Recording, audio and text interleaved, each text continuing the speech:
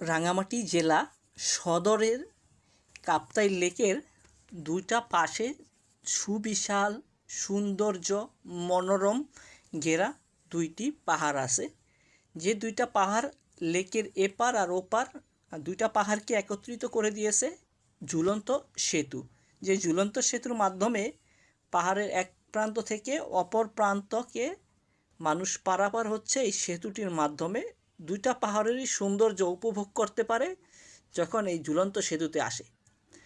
ঠিক পাহাড়ের উপরে এখন বর্তমানে আমি অবস্থান করতেছি। আর এই পাহাড়ের উপরে একটা মজার বিষয় হচ্ছে এইখানে ক্ষুদ্র নৃগোষ্ঠী উপজাতি যারা আছে তারা কিন্তু এখানে প্রতিনিয়ত ছোট পরিসরে কিছু দোকান করছে, আপনারা ভিডিওর মাধ্যমে দেখতেছেন। আর আমার পিছনেই কিন্তু সেই সুবিশাল কৃত্রিম লেক, যেটা কাপ্তাই লেক নামে পরিচিত, রাঙামাটি জেলা শহরের সৌন্দর্যটাকে যেটা বৃদ্ধি করে দিয়েছে এই কাপ্তাই লেক। আমার পিছনেই ঠিক কাপ্তাই লেকটা, আর আমি একদম পাহাড়ের চূড়ায় আছি। তো আপনাদেরকে এই পাহাড়ের চূড়ায় কি কি আছে এবং এইখানে কিসের ব্যবস্থা রাখা আছে সম্পূর্ণ এই অনলাইন প্ল্যাটফর্মে আজকে আমি আপনাদেরকে জানিয়ে দেব। এই পাহাড়ের চূড়ার ঠিক টপ ফ্লোরে আপনি উপরে উঠলেই দেখতে পারবেন এইখানে সুন্দর করে ছোট ছোট আকারে ঝুপড়ি ঘরের মতন দোকান আছে।